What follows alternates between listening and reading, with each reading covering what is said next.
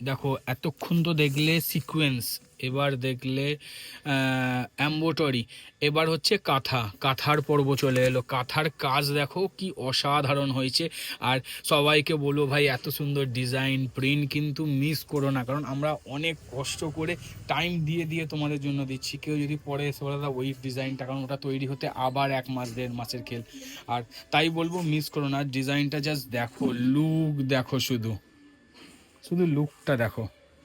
ঠিক আছে, এটা তো গলার কাজ আছেই, তার সাথে দেখো শুধু হাতা দেখো, হাতাতেও এত সুন্দর ডিজাইন দেওয়া হয়েছে, বোথ ইভেন পুরো বডিতে বুটা করা আছে।